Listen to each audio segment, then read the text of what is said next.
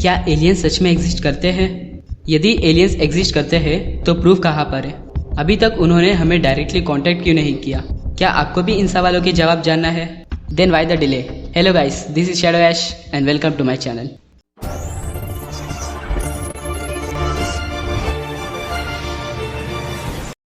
हमारे इस पृथ्वी पर एक रेत का दाना जितना है, इसी तरह इस पूरे यूनिवर्स में हमारी पृथ्वी एक रेत का दाने का समान है।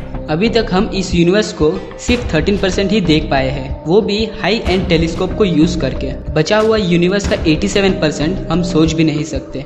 यदि हम एक के बाद 25 जीरो लगा दे, उससे जो नंबर बनता है उससे ज़्यादा प्लैनेट्स इस यूनिवर्स में होंगे। इतने प्लैनेट्स एग्जिस्ट करते हुए हम कैसे कह सकते कि सिर्फ हमारे पृथ्वी पर ही जीवन है?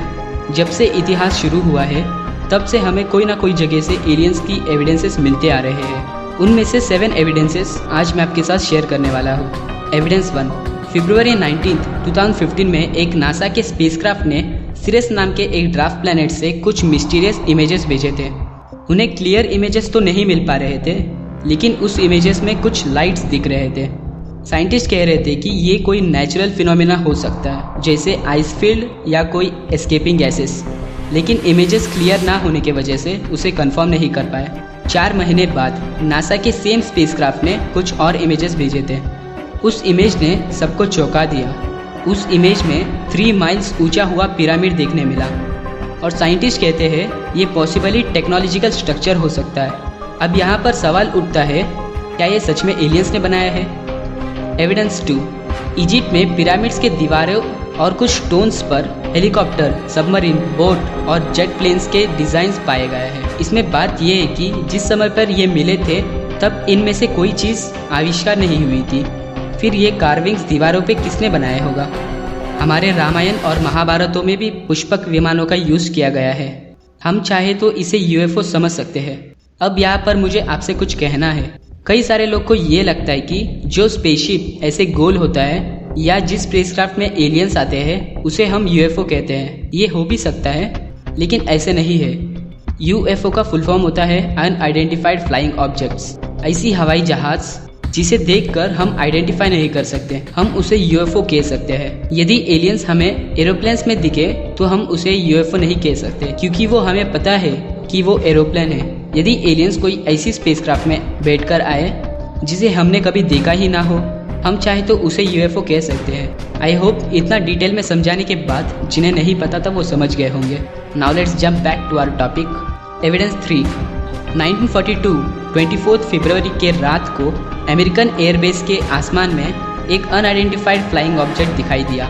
पर्ल हार्बर के अटैक होने के बाद जापानीज ने अमेरिका पर अटैक करने के लिए फिर से कुछ प्लान किया होगा, ऐसे समझकर अमेरिकन वालों ने उस यूएफओ पर हमला किया, लेकिन वो फ्लाइंग ऑब्जेक्ट को थोड़ा सा भी डैमेज नहीं हुआ। उसके बाद वो वहाँ से गायब हो गया। आपको क्या लगता है, क्या था वो फ्लाइंग ऑब्जेक्ट? एविडेंस 4, अपोलो नाम के मिशन में एक एस्ट्रोनॉट्स की टीम SIVB नाम के रॉकेट से मून पर गए। उनके तीसरे दिन पर कुछ स्ट्रेंज ऑब्जेक्ट्स पूरे दिन उनके पीछा कर रही थी। उन्हें लगा कि वो रॉकेट का डिटैच्ड पार्ट होगा। उन्होंने इसे कंफर्म करने के लिए नासा वाले को पूछा कि रॉकेट का डिटैच्ड पार्ट कहाँ पर है।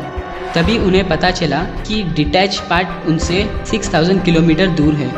तो ये स्ट्रेंज ऑब्जेक्ट क्या था जो पूरा दिन उनका पीछा कर रही थी? एविडेंस 5, टेक्नोलॉजी एंड साइंस के इन्वेस्टर यूरी मिलनर और उनकी वाइफ जूलिया, इन दोनों ने मिलकर एक मिस्टीरियस रेडियो सिग्नल को आइडेंटिफाई किया, जिससे पता चला सिग्नल प्रॉक्सिमा सेंचुरी स्टार से आ रही थी।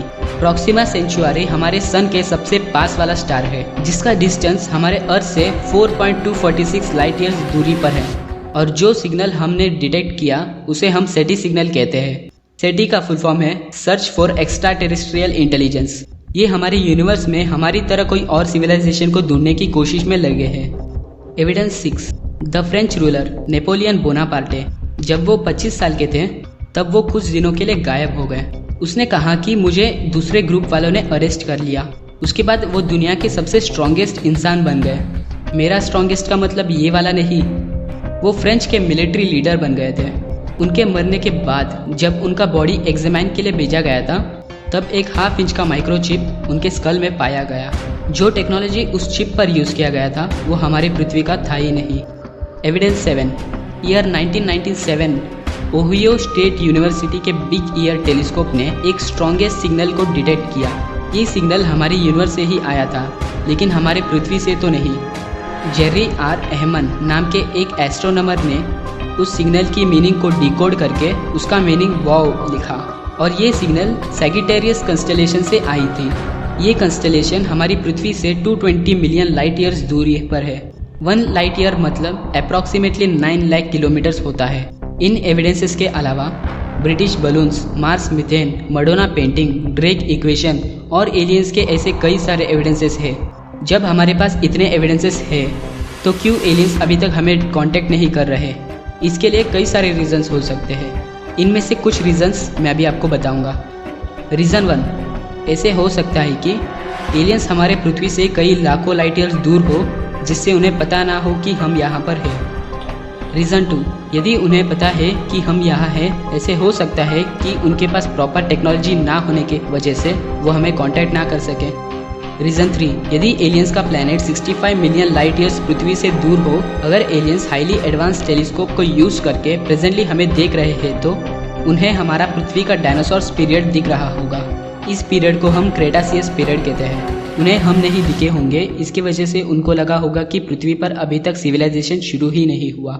रीज़न 4, ये एक रीज़न हो सकता है कि उनका हाईली एडवांस्ड टेलीस्कोप को यूज़ करके उन्हें पता चल गया होगा कि जब तक उनके प्लैनेट से हमारी पृथ्वी पर पहुंचेंगे उस समय तक हमारी पृथ्वी डिस्ट्रॉय हो जाएगी। रीज़न 5, एलियंस हमें कांटेक्ट करने के लिए कई सारे सिग्नल्स और मैसेजेस भेजे होंगे, लेकिन हमारे पास उनकी लेवल की तरह प्रॉपर टेक्नोलॉजी ना होने की वजह से हम उनके सिग्नल्स और मैसेजेस पहचान ना पा रहे। रीज़न 6, ऐसे हो सकता है कि जो रिसोर्सेस उन्हें चाहिए वैसे रिसोर्सेस हमारे इस पृथ्वी पर ना होने की वजह से वो हमें कांटेक्ट ना कर रहे हो। रीज़न 7, उनका हाई एंड एडवांस टेक्नोलॉजी को यूज़ करके उन्हें पृथ्वी से एक बेटर प्लैनेट पता चला होगा जहाँ पर वो रह सकते हैं, इसीलिए हमारे इस पृथ्वी को छोड़कर वो लोग वहाँ शिफ्ट हो गए होंगे और हम ये पृथ्वी अकेले हमारे जीने के लिए अच्छा प्लेस है ऐसे समझकर अभी तक यहीं पर रह गए होंगे। रीज़न 8, ऐसे हो सकता है कि यदि कोई ऑब्स्टेकल या दूरी की वजह से उनका मैसेज हमारे पास तक पहुँच ही ना रही हो। रीज़न 9, उनके पास की highly and advance modern technology को यूज़ करके इनविजिबल होकर या इंसानों की तरह भेस बदलकर हमारे बीच और हमारे साथ ही घूम रहे हो। इसके अलावा और कई सारे रीजंस हो सकते हैं। अभी जो बोलने वाला हूँ वो मुझे भी नहीं पता एक्चुअली ये इन्फॉर्मेशन सही है या गलत है। मुझे इंटरनेट से ये पता चला है कि नासा वालों ने ऑफिशियली ये डिक्लेयर किया है हमारे इस यूनिवर्स में 5000 प्लैनेट्स में जीवन है। उन्होंने ये स्टेटमेंट भी दिया है कि 2034 तक हम डेफिनेटली एलियंस को कांटेक्ट कर सकते हैं। रीजंस कुछ भी हो, यदि एलियंस हमसे डायरेक्टली कांटेक्ट कर पाए और यदि वो हमारी पृथ्वी पर लैंड हुए तो हमारी इंसानियत सोच पूरी बदल जाएगी, like God, religion, life and death etcetera. क्या मैं आपको एक सीक्रेट बताऊँ? मैं भी एक एलियन हूँ। ऐसी वीडियोस रोज आपके लिए मेहनत करके बनाते रहता हूँ, इसीलिए एलियन को सब्सक्राइब कर दीजिए। एलियंस के बारे में आपकी क्या राय है, या इस वीडियो के बारे में जो कुछ भी आपको लगता है, अच्छा लगे या बुरा लगे, प्लीज़ मुझे कमेंट करके बताइए। I hope you enjoy the video. Please like, subscribe, turn on the bell icon and share the video to your friends and family. Keep smiling, love your parents, respect your nation, and the most important, take care of yourselves. Video को last तक देखने के लिए thank you so much. This is Shadow Ash. Meet you in the next video. Until then, good bye.